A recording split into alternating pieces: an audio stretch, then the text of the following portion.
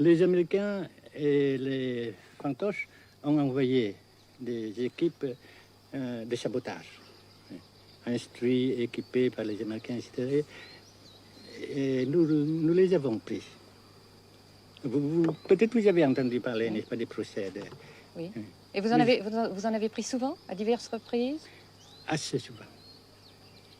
Est-ce que vous avez peur que les Américains portent la guerre au Nord-Vietnam? Nous n'avons jamais peur, n'est-ce pas? Comme les Français aussi, on dit que peur n'existe pas. Est-ce que vous pensez, Monsieur le Président, qu'il y a une solution militaire à la guerre du Sud-Vietnam? Non. Parce que vous savez que le peuple Vietnam, c'est un. Et le pays du Vietnam, c'est un. Les Américains ont fait une guerre d'agression, comme qui dit, c'est une guerre non déclarée.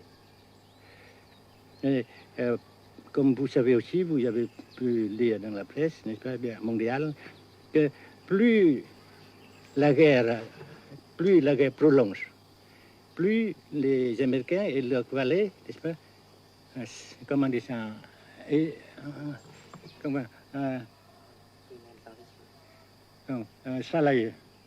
s'enliser, et plus ils supportent des échecs, comme vous savez récemment, n'est-ce pas. Par conséquent, la guerre ne peut pas durer éternellement.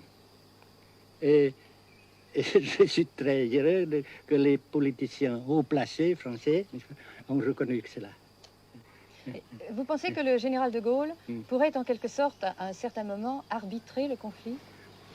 Arbitrer, qu'est-ce que vous comprenez par le mot arbitraire? Nous ne sommes pas des équipes de football.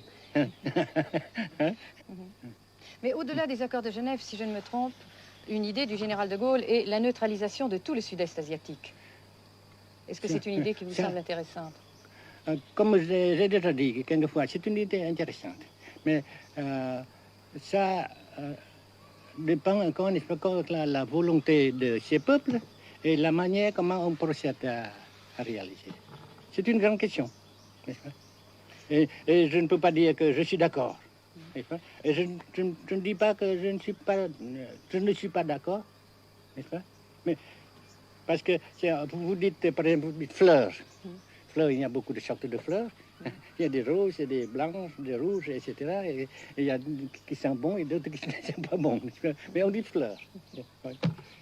Monsieur le Président, nous avons constaté avec chagrin qu'au cours de notre voyage au Nord-Vietnam, que l'influence française était devenue à peu près inexistante dans votre pays.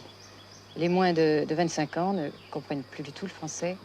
Et je me demande si, à votre idée, des rapports peuvent se rétablir tels que la France continue à jouer une sorte de rôle culturel ici. Avec la France surtout et avec tous les autres pays. Nous voulons avoir une coopération amicale, culturelle, économique, etc. Mais je suis sûr que vous ne voulez pas avoir, n'est-ce pas, que la France ait l'influence qu'elle avait avant. C'est une autre chose. Naturellement, c'est une autre époque. Mais coopération culturelle, économique, qu'est-ce qu'il y a encore, sportive par exemple, oui. etc., n'est-ce pas, nous le désirons. Si la guerre se cristallise au sud et se poursuit encore pendant quelques années, pensez-vous que l'avenir économique du Nord-Vietnam soit viable? Je suis sûr que c'est non seulement viable, mais ça progresse. Parce que vous avez vu vous-même, vous avez constaté vous-même qu'ici, nous travaillons beaucoup, notre peuple travaille beaucoup, avec abnégation, n'est-ce pas, et avec dévouement, avec enthousiasme. Et d'un côté, nous travaillons pour, comment dirais-je, pour principalement, n'est-ce pas, de nos propres forces, de nos propres... Et aussi, nous avons, n'est-ce pas, l'aide fraternelle des pays socialistes, n'est-ce pas. Alors, nous, jusqu'ici et après cela, n'est-ce pas, nous avons déjà réalisé des progrès. Pas très grand comme nous voulons, mais nous avons réalisé des progrès. Et dans l'avenir, nous progressons de même. Mais vous mentionnez là l'aide des pays socialistes. Est-ce que cette aide ne s'est pas trouvée légèrement compromise à la suite du conflit idéologique entre la Russie et la Chine? Non, parce que ces questions, n'est-ce pas, différences idéologiques entre nos différents partis frères, c'est nos affaires intérieures. Ça passera. Et l'unité, ça se fera. Mais l'aide fraternelle continue et continuera. Et c'est très précieux pour nous. Bien sûr. Mais certains ont l'impression chez nous, Monsieur le Président, que le Nord-Vietnam se trouve actuellement assez isolé, asphyxié même, et que politiquement, il pourra difficilement éviter de devenir une sorte de satellite de la Chine. Qu'est-ce qu'on peut répondre à cela? Jamais.